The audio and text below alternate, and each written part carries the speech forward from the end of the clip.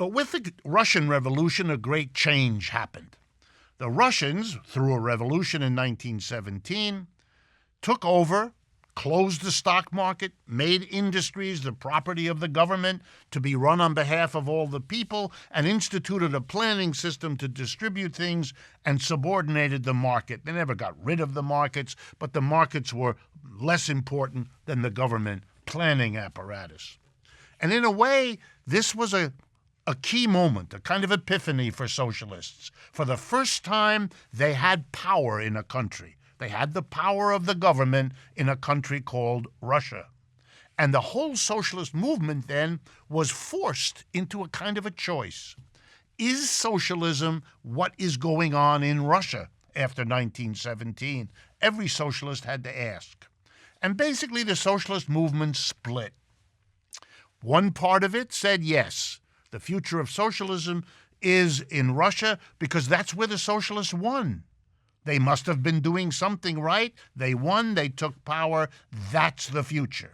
But there were other socialists who weren't happy with what was happening in Russia, who didn't like Lenin and the leaders of the Russian Revolution, who were skeptical, who didn't want to do the takeover of industries the way the Russians were doing it, who didn't want to suppress markets in favor of planning the way the Russians did it.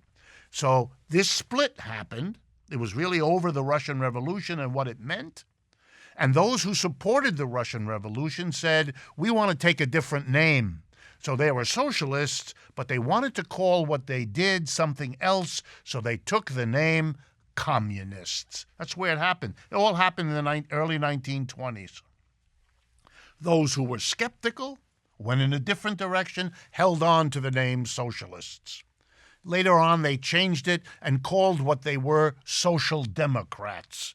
They called what they were pushing for social democracy. And here's what it meant. You see it in countries like Scandinavia. You see it in countries today, for example, in the Netherlands, or you see it in Portugal. It's when socialists take over in a society, usually by elections, and what they do is they regulate the economy. They let private capitalists still own and run the businesses. They let private capitalists hire workers. They let the market basically distribute things, but with a heavy dose of government regulation to make it all work out less unequally, to make it work out less unfairly. Social democracy. Meanwhile, the other kind of socialism, which took the name communism, went further. The government didn't allow private capitalists to continue. It pushed them out. The government took over the ownership and operation of businesses and had planned distributions and didn't leave very much to the market. Okay? That's what socialism was in the 20th century. But here was the problem. If you give socialist governments the kind of power that you gave in Russia and China, and if you give them the kind of power in Scandinavia and elsewhere to regulate, you create tensions. In the communist world, the tension was the government had so much power, the danger was it would use it for political ends that were not socialist. And that indeed often happened.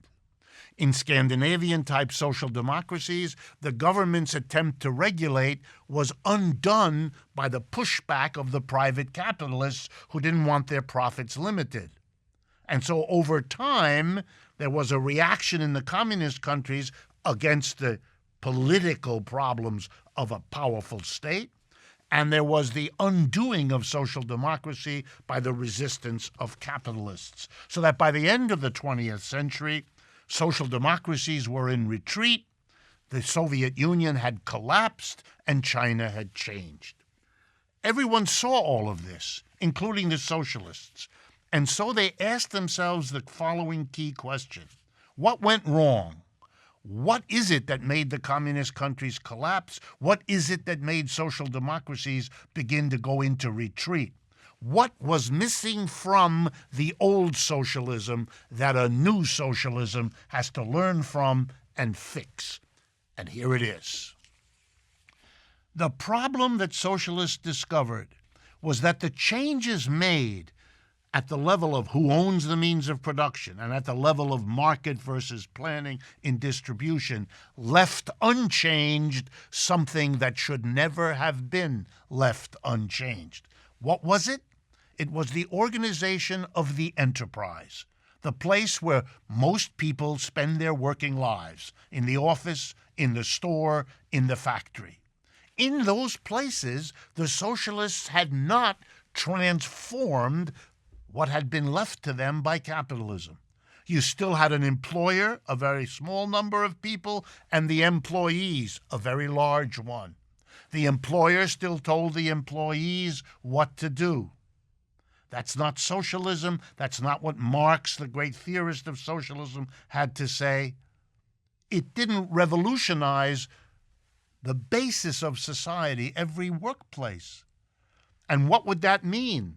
And the answer that socialists are emerging with now, and why socialism is changing, is that the problem was and is that if you want the socialism that has always been the idea of an equalized society, an egalitarian society, a society of liberty, equality, fraternity, and democracy, the great goals alike of capitalism and socialism, you have to begin by democratizing the base of society, and that's the workplace.